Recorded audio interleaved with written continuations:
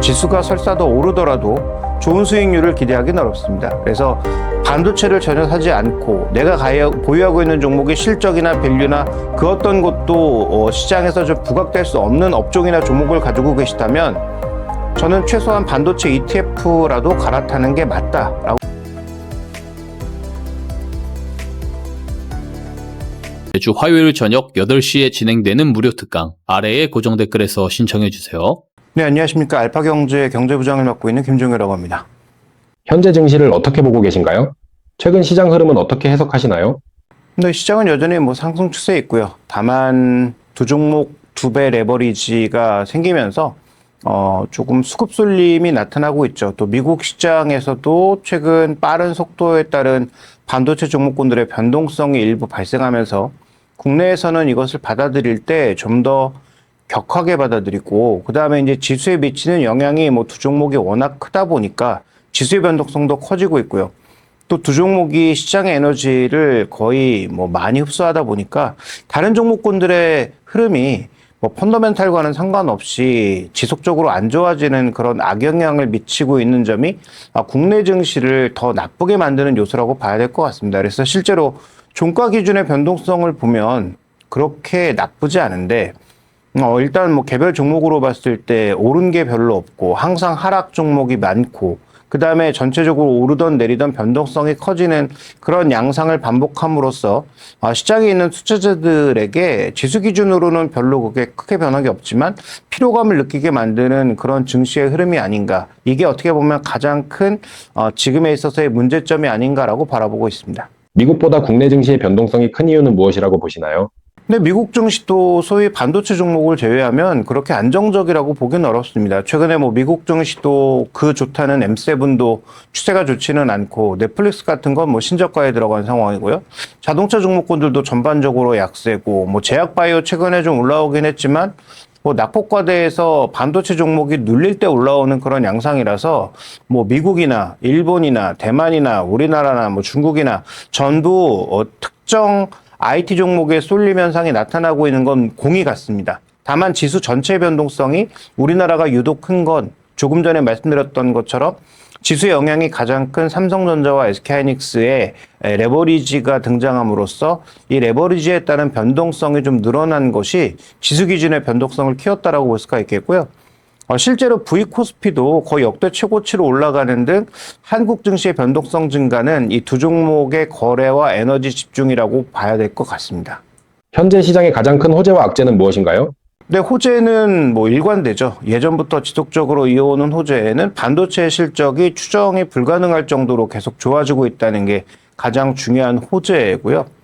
악재는 다 아시다시피 유가가 좀 안정되고는 있습니다만 여전히 높은 수준이고, 그다음에 환율이 좀처럼 내려오지 않고 있죠. 1,500원대 중반을 뚫을 수도 있는 그런 기세를 보여주고 있고, 거기에다가 이제 금리도 높아진 상황에서 좀처럼 내려오지 않는 상황입니다. 그래서 매크로는 조금은 안정을 찾긴 했지만 여전히 부담스러운 수준인데, 반도체 등 특정 산업의 이익이 시장의 추정치를 계속 벗어날 정도로 계속 좋아지고 있다라는 점, 이게 이제 시장의 가장 큰 호재와 악재, 이 두 가지를 우리가 들 수 있을 것 같고요.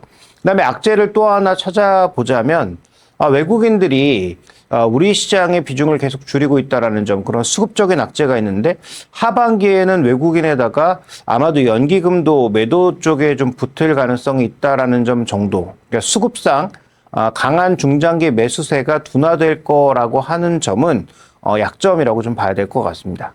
반도체 강세 속에서 다른 업종은 어떻게 대응하는 것이 좋을까요?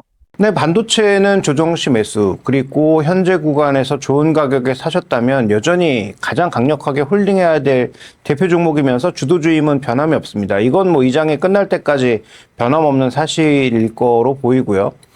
다만 이제 2분기에서 3분기 넘어갈 때 이익의 증가 속도가 떨어질 수 있는 구간이죠. 그래서 이때 주가가 어떻게 반응하는지가 일단 올해는 가장 중요한 포인트가 될 것으로 판단되고, 그 외 업종들은 실적 대비해서 떨어진 종목군들이 많습니다. 물론 뭐 밸류 기준으로 보면 비싼 종목이 많은데 그런 식으로 따지면 뭐 삼성전기, LG노텍도 엄청나게 비싼 종목들이거든요. 그래서 꼭 밸류가 비싸다고 지금 시장에서 밀리는 건 아닌데 하여튼 AI 관련 종목이 아닌 것들은 실적이 좋아도 지금 전반적으로 밀렸기 때문에 그러면 뭐 조선, 화장품, 전력기기 등 수출 실적과 전반적인 실적이 개선되고 있음에도 불구하고 밀린 그런 종목군들은 아마 2분기 실적 발표 시즌에는 관심이 좀 필요할 것 같고요.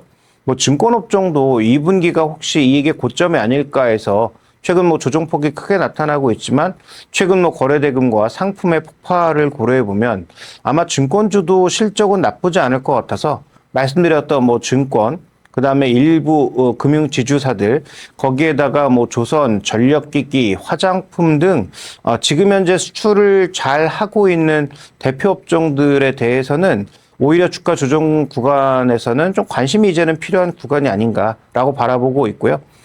최근에 이제 진행하고 있는 메가 프로젝트 SK그룹과 삼성그룹의 4천조 규모의 이 메가 프로젝트에 영향을 받을 수 있는 업종들에 대해서도 뭐 조정시 매수 관점에서 좀 바라봐야 되지 않나라고 보고 있습니다. 반도체 쏠림으로 손실이 큰 투자자들은 지금 어떻게 대응해야 할까요? 일단 가지고 있는 종목이 어떤 종목인지가 중요하겠죠. 그래서 뭐 반도체를 가지고 있지 않은데 내가 가지고 있는 종목이 뭐 실적 기준에서도 밸류 기준에서도 탈출이 조금 어려운 중소형주다라고 하면 저는 이제는 좀 결단이 필요하지 않나. 왜냐하면 지금 시장이 아직 상승이 끝나지도 않았고 상승의 끝자락이 어디쯤 와 있는지 명확하게 판단하기는 어렵지만 아마 야구의 9회 기준으로 봤을 때 한 6회 정도 왔다고 본다면 뒤로 가면 갈수록 오히려 주도주의 힘은 강해지고 나머지 종목군들은 탈락하는 경향이 많습니다. 그래서 내가 보유하고 있는 종목의 실적이나 아니면 전반적인 모멘텀 자체가 여전히 약한 그런 상황이라면 지금 이런 종목들을 계속 들고 있어서는 지수가 설사 더 오르더라도 좋은 수익률을 기대하기는 어렵습니다. 그래서 반도체를 전혀 사지 않고 내가 보유하고 있는 종목의 실적이나 밸류나 그 어떤 것도 시장에서 좀 부각될 수 없는 업종이나 종목을 가지고 계시다면 저는 최소한 반도체 ETF라도 갈아타는 게 맞다라고 보고 있습니다. 그걸 만약에 하지 못하신다면 아까 언급드렸던 최소한 2분기 실적이 개선되는데 그럼에도 불구하고 실적이 좀 많이 빠진, 주가가 많이 빠진 그런 업종군들을 중심으로 대응하시는 게 낫겠죠. 근데 어쨌든 주도주가 하나도 없다. 그리고 내가 가지고 있는 종목은 밸류도 실적도 그렇게 크게 메리트가 없다면 지금은 종목 교체를 하는 게 저는 맞다고 봅니다. 하반기 국내 증시는 어떻게 전망하시나요? 가장 중요한 변수는 무엇인가요? 네, 변수는 금리죠. 정책으로도 이제 금리가 결정될 수 있고, 그 다음에 실제 채권 시장에서 움직이는 채권 수익률도 우상향하는 기조를 나타내고 있습니다. 그래서 전체적으로 금리가 조금 더 오르면 일드갭이라고 해서 주식 투자 수익률과 지금 채권의 수익률이 거의 맞닿고 있는 상황이기 때문에 큰 돈을 굴리는 그런 기관 투자자 입장에서는 주식을 꼭 고집할 필요는 없는 오히려 주식 비중을 조금 낮추고 채권 비중을 올릴 수도 있는 그런 구간으로 들어가고 있어서 저는 뭐 금리가 가장 중요한 변수라고 판단하고 있고요. 정책이 또 금리를 밀어올릴 수도 있다라는 점에서 금리의 중요성은 뭐 우리가 3분기, 4분기에 가장 중요하게 봐야 될 변수라고 보여집니다. 그래서 FOMC 때마다 그 다음에 실세 금리가 또 어떻게 움직이는지 여부 굉장히 뭐 중요해 보이는 상황이고요.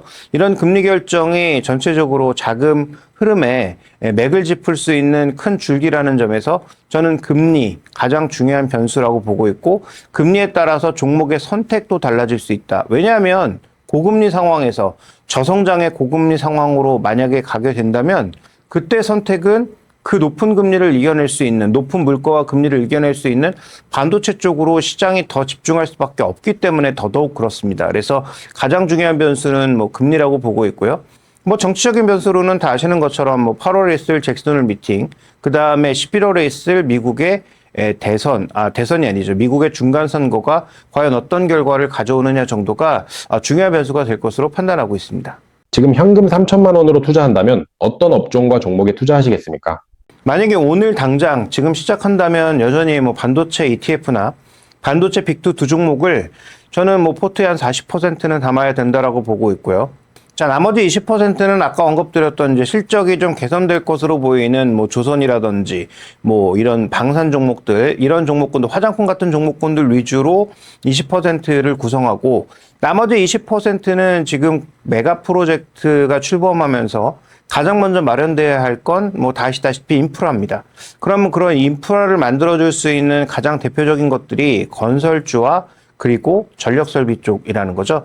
이런 종목군들을 20% 정도 담고 현재 시장은 아까 말씀드렸던 뭐 금리라든지 매크로 변수에 인한 변동성이 발생할 수 있고 수급적으로도 대형주의 매물이 언제든지 나올 수 있는 구간이라는 점을 고려해 본다면 20% 정도의 현금은 가져가야 된다고 봅니다.